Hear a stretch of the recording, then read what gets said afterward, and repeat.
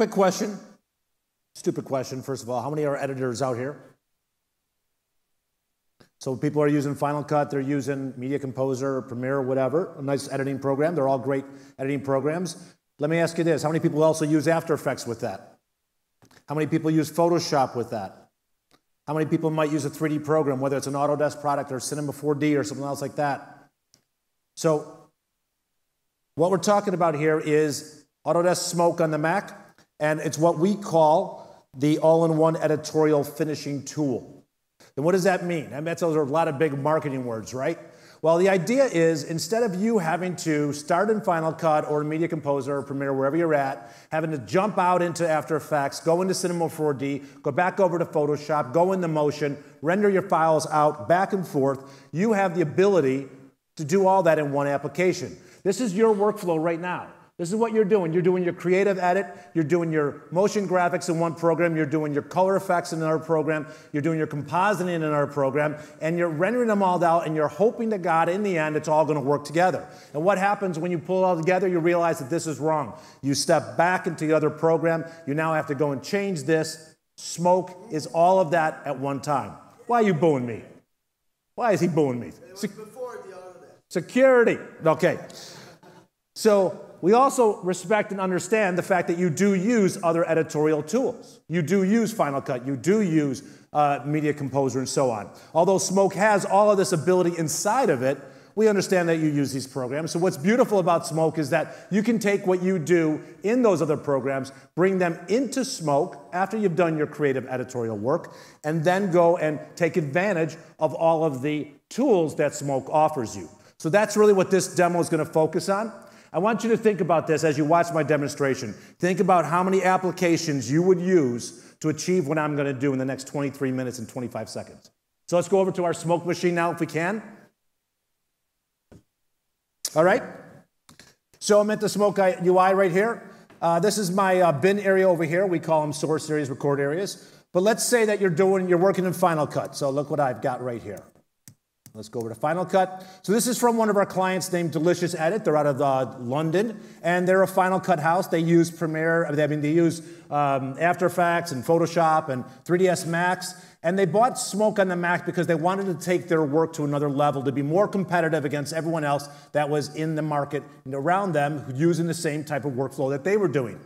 But they wanted to be able to continue using Final Cut because it is a very good editorial tool, and they want to be able to take this into Smoke. So how difficult is that to do? Well, let me show you. If I go to my File menu, I choose Export, XML. I'll leave everything set to the default. I'll just go and override the one I did earlier, and that now creates the XML file. That's all the work I have to do. Let me go into Smoke, and I'm going to go now into a clean folder here, and I'll step into my library. So this is Smoke's organizational area. I'll go to a 2-view layout, and what I have here down here is all the original footage that was used in Final Cut. Now, if I wanted to do the editorial work directly in Smoke, I could do so. I can select my files, I can tap on the side, I got great preview tools, I get information about what those files are, I can set my in and outs, I can prep everything, and then edit it directly inside of Smoke. But instead of doing that, as we see, we have our actual Final Cut XML right here. So how difficult is this to bring into Smoke? I pick it up, I drag and drop it into my library. Smoke automatically rebuilds the timeline, relinks all of the footage, and it even adds all the transitions, the dissolves, the effects that you created inside of Final Cut are now brought over into my Smoke environment where I can now start taking advantage of Smoke's tools. So for example, let's take this timeline we just created, and I'll load this to my desktop. I'll hit a hotkey. Look what I have. There's the exact same timeline that we just looked at inside of Final Cut. It's brought over, including the resize, any transitions, any effects you applied that Smoke understands has now been brought over into the timeline, and I can now start using the tools as I was referring to, such as different tools like color correction and desktop tools, and tools that we apply directly in the timeline. So I'm going to zoom in here, and let's go take a look. What I'm doing here just for representation is I'm jumping back from my desktop to my standard player just by tapping on the side of it. And I've got this clip right here, and if we scrub through here, this is some great stock footage, but let's say the client has asked you to go and make some changes to this. They really want to emphasize the talent, the woman. I'm just going to shift over so I can see the crowd a little better, okay, because I love seeing your reactions. So what I want to do is, first of all, add a color correction to this. So with it selected, I come over to my tools and I just add my color correction. At the bare bones level, I have parameters that I can go and start adjusting immediately inside of the standard player. But what I want to do is step into the color correction tool. So down over here, you'll see where it reads E. I click this. We now step into the color correction tool. And we're first going to look at the standard color corrector inside of Smoke. And this is a very powerful color correction tool, allowing you to work at your shadows, your midtones, your highlights, your master level, gain, gamma, histogram, and so on. But I need to go and isolate certain elements to color correct this. So I'm going to click over here where it reads CC. I step into what's called a color warper. This is a selective color correction tool. So at the top level, we're working on our master. Obviously, if I start to make adjustments to this, we're going to affect all range of color. But what I want to do now is switch this and say, let's work on a selective. As soon as I do that, I now can come in here and select, say, these green trees behind her. Now if I come in, I've actually pulled a key, and I'll do this drastic for demonstration. If I go way crazy, you can see that all I'm color correcting now is the actual green that I just sampled. So I can dial this down and desaturate it to emphasize her more by desaturating that. Let's go work on another color correction. Another selective, so I switch to a second one. And again, I can come in here and we can just sample maybe her skin tone. And again, we'll go back and look at the master and I'll increase the saturation to really emphasize her more. But the problem is our bamboo poles are so similar to her that we're picking that up also. So what I want to do is isolate those. Now I could go and try to refine the key, but instead of doing that, since we can do compositing right in the timeline, it would make more sense in my opinion. So let's go back out here. And you'll see here I have my clip with that color correction applied to it, as you can see. What I'll do now is I'll take this and I'll make a duplicate of this. So I'm going to go back to the first frame, and just with a hotkey on my keyboard, my pen, I drag and drop that up there, okay? So now what I'll do is I'll come with this one that's on top and throw away that color correction. So if we toggle up and down, we can see that we have the color correction on the bottom level and now the top level. So what we'll do next is just add a wipe to this. I'll step into the wipe. And it is just, and let me change one preference here. All it is a mask that's being animated to show the bottom layer and then showing the top layer. And I don't want to use the default, so I'll just delete that. And now I can go and create my own mask that I want to right here. So if I come here and say add geometry, we go and we click, we create this around this. First, this bamboo pole is so. And I go and do some hotkeys, like break them all at one time. So I break that like that. Let's go and add another geometry, another mask. I'll create my mask over here as so. And we create this one like that, and then I'm going to region select those and do the same thing, just break my tangent handles. And obviously, if I need to fine tune this, I can come in here and make these adjustments. But what's the next issue we have? We have a camera move. We want to animate these masks to follow suit. Now, I have independent control of each mask. That's the default. But what I want to do is create one control for both of them. So I'll step into my schematic for a second, and I'll add another axis to this. Then using a hotkey, I'll connect it so this is my parent, my master, if you will. Now I have one control for both of them. And instead of me manually doing this, every module has access to trackers and stabilizers inside the software. So I'll step into the tracker, and I'm just going to go and make some quick adjustments to this, and I'll click Analyze Forward. You can see now the tracker goes through. I don't even know what it's holding on to sometimes. I'm quite amazed by this. This tracker is extremely powerful, and as you'll see, I'll be using it throughout most of this demo. Now, what I can also do is save this. So I'm going to save this so we can repurpose this later. I'll show you why. Now, if I come back and choose Return, I now have my mask have been animated, but I might need to make some minor adjustments, such as just go and animate the mask to follow. I only did a 1-point track because of the fact we didn't do the rotation and scale. To really emphasize the power of this tracker, I always like doing this. It's not part of the demo, but I just like throwing this in there. I'm going to add another mask, and I'm going to draw a mask around this woman's face like this. Pick some random spots like so. I'll close this off. Now, instead of tracking this like an object, like I just did, I'll region select the control points. Now, when I step into the tracker, I get a tracker box for each control point of that mask. So I can do things like gang this, and I can increase the size of this over to make it larger, and so on, and I can just click Analyze Backwards and let that tracker go. So the tracker is going to go through frame by frame, and only there, right here where it's about to hit her hand, I know I'm going to lose it, so I'm going to stop it. So when I return back, look at my mask. It's been animated to follow the movement of her face. So this is the point of the tracker inside of Smoke. It's so powerful that it can save you so much time. So let's go and delete that. See, now he's applauding me. I like that guy. All right. So let's go back out here real quick, and I want to scroll over to another spot in here where we have another issue. The client likes this clip. Again, it's some stock footage, but what they'd like to do is see this logo removed from the boat. So to do this, we're going to use our desktop tools also. So first thing I want to do is I want to match out that clip to the desktop. So I hold a hotkey and I drag it out so I have a second copy of it. And all I want is one still frame of it. So again, I'm holding hotkeys while I do that, and I'll throw this away. So if I go to my full frame, I have just one frame of the very first frame, and we want to bring this now into a paint program. Typically what you would do if you're working inside of a program like Final Cut or Media Composer, you'd probably go into Photoshop. But here I can go and access my paint tool, take this right into the paint program, and I have all my different brushes that I can use. I can pick a color. If I want to create paint strokes, I can do so. We want to come in here and make this a smear tool. We can smear this. So all these motion graphic type effects you can probably do, but I'll reset all of that. What I want to do is switch this to be what's called a recursive clone. So I'll do that, and we'll zoom in, and just like you would do, as I said, I'll hold a hotkey, say take these pixels, and I want you to paint these over here. So we'll just do this very quickly, like so. Take these pixels and move them over here.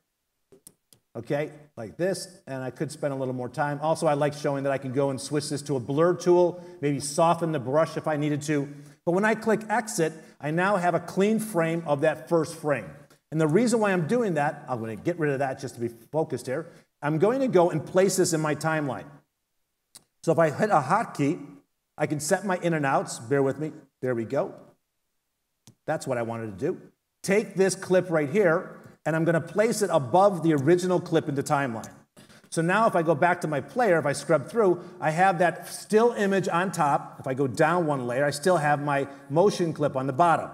So let's now go and use a tool called the axis effect. So with that still image selected, I go into my axis effect, and it allows me to do things like rotate this if you wanted to and manipulate it in many different ways. What we're going to do, though, is tell this not to be a flat image. I want it to be a bilinear. Now I have my corner points that I can go and bend and manipulate around. And the point of that is we want to corner pin this down to where that logo was. So I'm going to step into the tracker once again. This time I get 4 tracker points because I had a bilinear shape selected.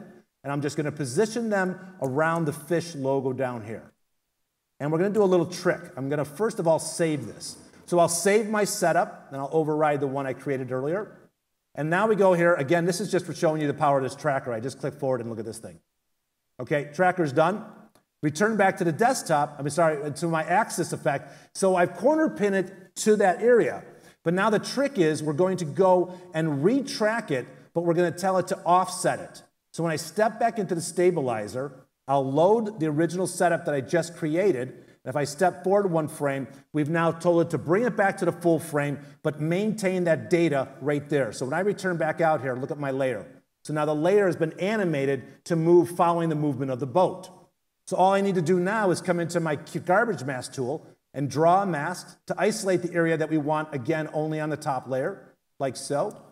Again, I'll just break some tangent handles. I'll come here and set some parameters.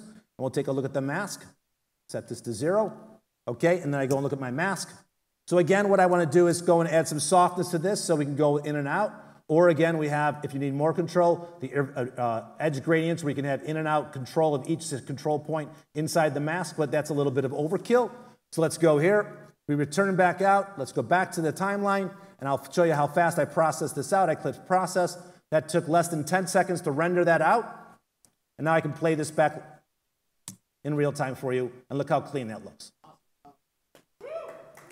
Okay, so I've been working in my timeline using some of my effects. I was using some of the desktop effects, but let's get into my favorite desktop effect, which is called action.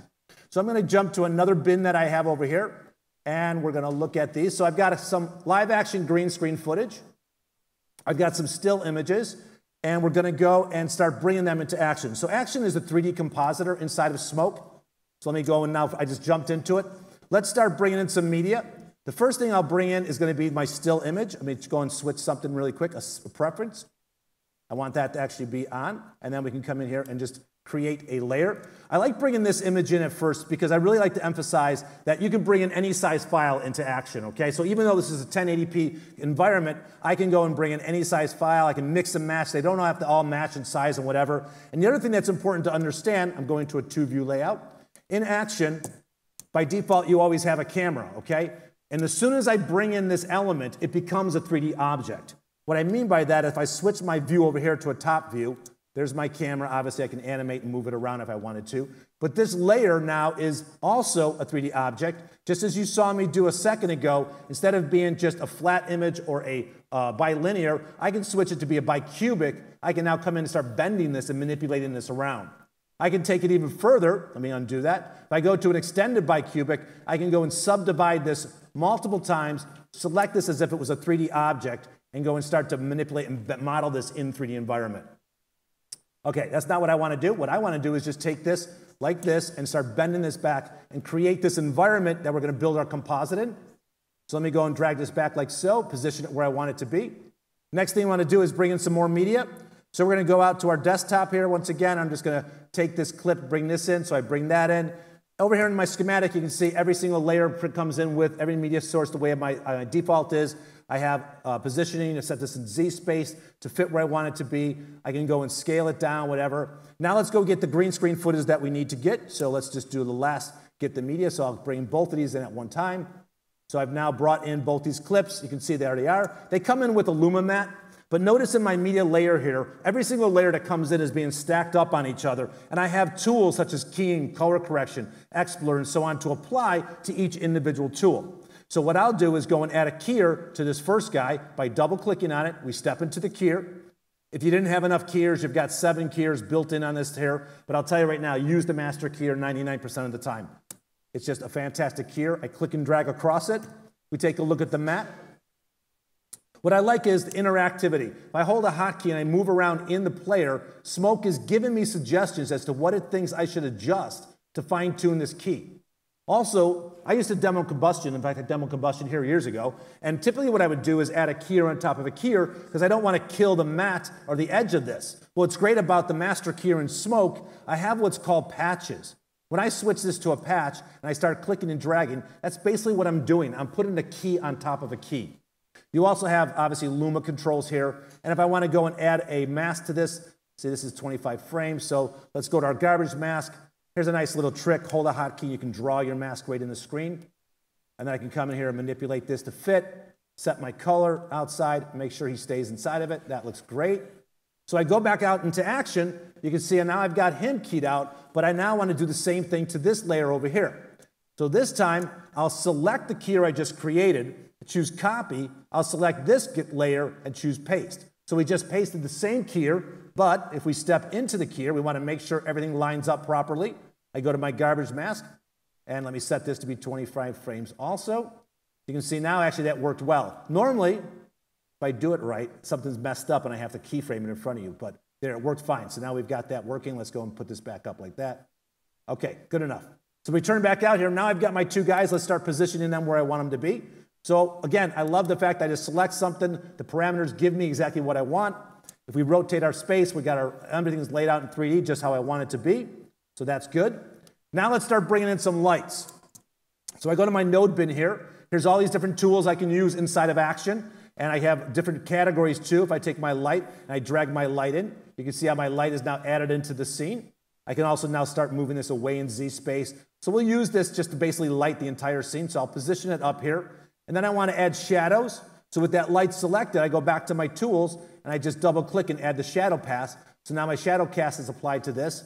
But the issue is my light is casting its shadow on everything, including my sky backplate in the background, and that's not what I want. So here's a great thing. Again, I just select that backplate. I come down here under shadow casting. I control what receives a shadow, what casts a shadow, and so on. So I turn that off. So that's good. And then we go back over to our shadow cast. And I have parameters such as softness. I can go and bring in some transparency. But now let's go further. Let's take one more light in here. And with this light, what I want it to be is actually a lens flare. Now, understand that we are Autodesk. We don't do 2D flat things. We do 3D. So my lens flare, once it pops in here, and I go and look at this here. So here's all the different elements to it. I'll go to the light. And if I start positioning this around, you're going to see that this is an actual true 3D lens flare that I can go and manipulate in 3D space. It has all these different parameters that you can adjust.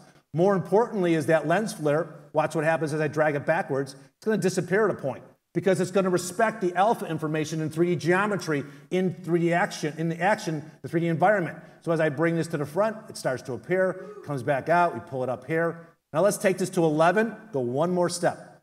Let's go and add a raise to this, comes in like a flashlight. Now, what we'll do with this is I'll go back to the properties, I'll take my spread and just blow it out. And now I take this and start manipulating this around. I got my lens flare. And keep in mind, this is all 3D. This is all happening in the 3D environment. Okay, let's go one step further. I only got 5 more minutes and that's perfect. I want to talk about bringing in 3D objects. As you know, Autodesk has Autodesk Maya, Autodesk 3ds Max, Autodesk Softimage. So we can do things such as bring in FBX files. So what I have here are these logos, and I have a still image. This demonstration was done with 3ds Max, but if you have Maya or Softimage, you can do the same thing. This is a 3D scene that has a camera with animation. This rig has been modeled. It's got these flags with animation on them. It's got lights. I want to take all of that and bring that into smoke. So to do that, again, I'm going to step into action. And this time, I'm going to go. Let me just make sure my parameters are set properly. Yeah, I'm good.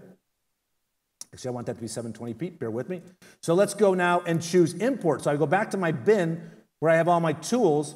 I can go and choose import. And you'll notice here I can import FBX files, Photoshop, 3ds Studio Max, and so on. Here's all these default geometry that comes with it. But I'm going to jump to a bookmark I have. I select the FBX file that came out of 3ds Max. It automatically brings it in. And watch this. I'm going to hit play. That's 3D geometry that's been cast and playing back right here. Now, I'm looking at the wrong camera because by default, we're looking at the default camera. So let me switch this to the right camera and set this to look at the completed scene. And as I said, I'll hide the old camera. I'm playing this back. That is geometry, people, okay? If I select this, it's not a flat rendered object. It's rendered, it's actual geometry coming in with the animation cached on it. These are the lights that came in from 3ds Max and the camera. And in fact, if I go to my setup, I'll turn on shading. So now we actually see, and look at the interactivity I have here with this. So now what I want to do is take the material that was mapped to these flags and switch it, change it. So to do that, I'm going to take this and throw that away. I don't want to use what was on there by default. And now I can go to my tool bin where I have different objects such as material, add a material to that. I'll select this one, I'll add a material to that. And then we're going to go and I'm going to turn off a preference very quickly. I don't want layers being created immediately. So now I'm going to go get the footage I want to place on here. So again, we go back out to our desktop. I'll take the smoke logo and I'll take the 3ds Max logo. I'll bring those in. So looking at my media bin, you can see there I have them both. What we'll do now is select the smoke logo. With this material selected, I go to my tools, go to my mapping tools like you would do in 3D. I have my diffuse map. I double click on it. I add it right to the scene. I just added 2 of them by accident because I'm getting too impatient. Let me throw that one away. Let's come over here. Let's go back to my 3ds Max logo. Again, go back to my controls, double click, and there we go. I added the 3ds Max logo. Now here's the key thing that I want to get to this. Now I've got the 3D geometry remapped and everything. If I come here, I turn on process with history. Now I'm going to let this render out. So that's taken 6 seconds to render that out, okay? Now the key part of that history, though, is in the rendered file that I just created, I have embedded that setup of action. So if I'm doing something like working on this in a timeline, I'm going to take this timeline right here, drag it down. Bear with me as we go and look at this. So here I have this timeline, and I toggle down in the player. You can see I've got everything put together. I've got just the platform, I got just the flags, and I got just the background. But I've composited them all right here inside the timeline. But I need to change the logo that's on those flags, right? So we're going to double-click on the flags layer, and there where it reads H, that means history. So if I double-click on it, it's going to first warn me you're going to get rid of what's in action. That's okay. We step back into action. I'm in my timeline. Let me go back here and switch this to look at the flags. So there's my media. If I want to swap it out, all I do is I double click on it. I say instead of using that, I want you to use this right here. So now I've swapped out that logo. Let's go and swap out this logo. Now I go back here and I click return. And again, it's going to render it out, taking 5 seconds, put it back into my timeline. It was that easy for me to go and make a revision such as that. So now we go back here. Now if I scrub, you can see what I just did. I swapped out those logos that is on the 3D geometry right here inside of Smoke. So hopefully in this short little demo, I've got 1 minute left, you've seen how many programs would I have had to use. It's all in one program. It's all in Smoke. first of all, I want to mention there's a 30-day trial you can download from Autodesk website. It comes with tutorials, it comes with videos, it comes with some great stuff. I recommend you visit the area, which is Autodesk website, for forums and information. There's tons of stuff there, not just for smoke, for Max, Maya, everything. And for education, if you're a teacher or a student, did you know you can get a 36-month free version of smoke? That's 3 years. So if you can go to our website, you can get more information on that. So hopefully you've enjoyed this. This is Smoke on the Mac, the all-in-one editorial finishing tool.